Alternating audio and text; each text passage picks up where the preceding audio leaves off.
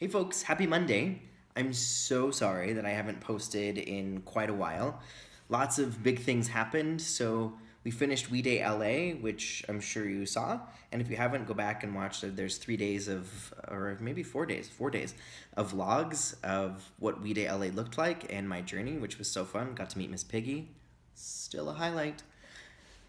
Um, After that, I took some vacation and I went to visit my family. I have some family that lives in Arizona, and my mom was there. So I did that for a few days, and then we jumped right back into speeches. And I was so tired from We Day, and then had a little bit of a vacation. I needed to jump right back into speeches that I literally just didn't have time to do video. So I'm so sorry. So for those of you that have subscribed, I apologize. I promise there's going to be content this week, which we're super excited about. What I wanted to do today is do Pop Goes Pop Culture. Let's do another one of those, you know?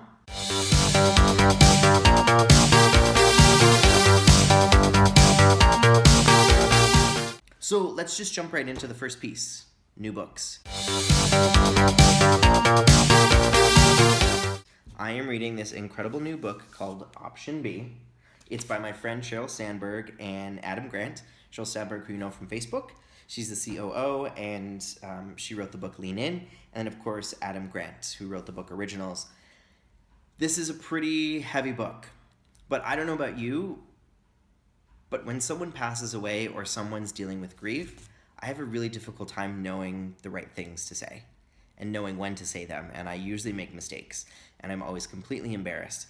And this book, Option B, Facing Adversity, Building Resilience, and Finding Joy, is about Sheryl Sandberg and her journey with grief, with the death of her husband, and what that looks like, and what worked for her. And I found some really incredible knowledge and information and psychological studies that have helped her deal with grief, and also some tips of things that she would have liked her friends and other people to help, like, not only say to her, but interact with her or be there for her, ways that could have been helpful she's continuing to grieve, obviously, but during the beginning stages. So if you're looking for a heavy read, but something that's also uplifting, I definitely highly recommend this book. I'm only a couple chapters in, but I'm really loving it. And the advice that she's giving for folks that are there to support people that are grieving is, I find, really helpful. So definitely check that out. Lots of new music.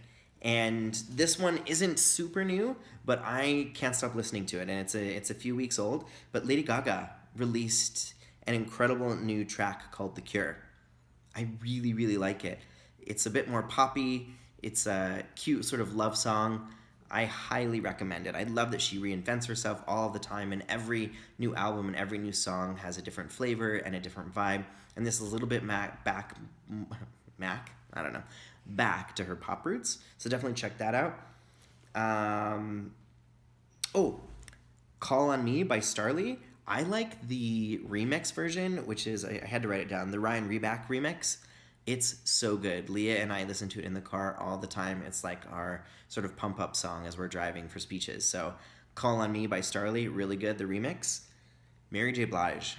I love Mary J. Blige, and she released a new album called Strength of a Woman, and the track Strength of a Woman is amazing. It's got a really interesting beat. The lyrics are incredible, and it's about owning her womanness and showing the world that she's not here to take over. She just wants what she deserves. And it's that whole idea of gender equality and the gender gap in pay and all of those things. It's really, really amazing. So highly, highly recommend that. I'm really excited about this next song. It's my friend JP Sachs.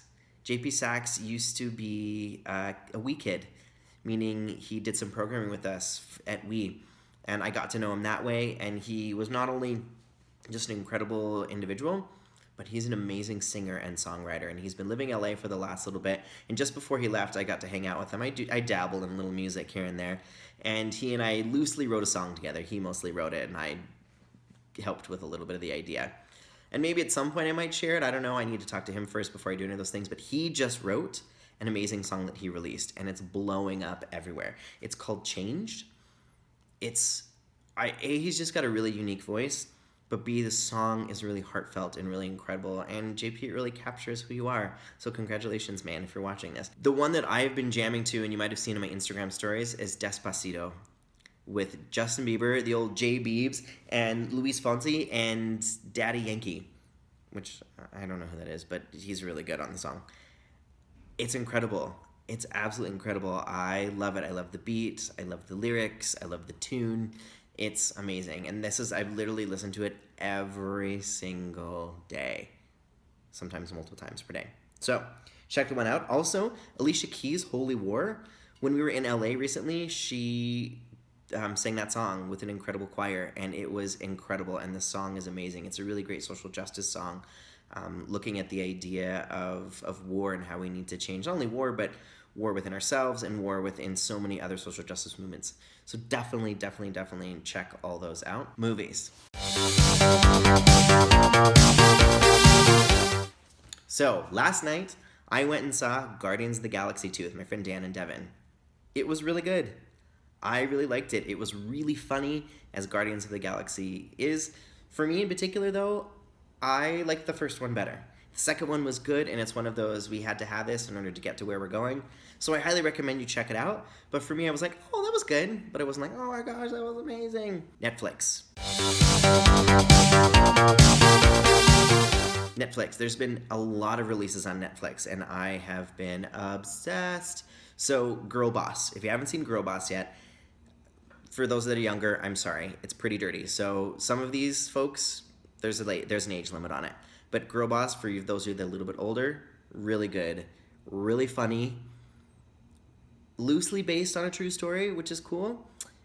And I just loved, it was one of those that I started watching and I had to marathon the entire thing. Each episode is 30 minutes, but it's incredible. And I hope they do a second season because I really liked it. It was sort of like Sex and the City meets Broad City.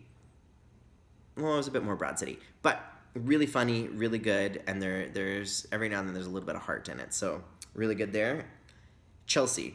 So again, for those that are younger, Chelsea is not appropriate for you, but for those that are adults, I'm really liking Chelsea's show. I liked it last season, and I'm liking this season even more. And the reason that I'm really liking Chelsea, I've always loved her. I think she's really funny, I think she's really honest, and I love that she's unapologetic. But the thing that I'm loving about this season is she's found her inner activist, which I think is really cool to watch. After the election in the United States and her feelings on that, she's really changed the show where she's doing celebrity interviews still, but she's really getting to the heart of issues that are happening in the United States, or at least starting to explore them. And it's been really cool from the outside to see that, because as an activist myself who is always constantly trying to learn a little bit and growing and figuring out how I fit into social justice movements, it's been really cool to watch her go through it too. So highly recommend Chelsea. There's a lot of great content on there. It's not just celebrities. There's a lot of political, interesting opinions as well. I'm really behind on this, and I've never done this before, but I actually watched the last episode first, and now I'm going back and watching all the seasons. Bates Motel. I don't know how I missed the show. My trainer, Kristen, who you guys were eventually going to meet, I'm going to do a training video soon. She's my trainer at the gym. She recommended Bates Motel. And again, it's scary. So for those of you that are younger, it's scary. So sorry.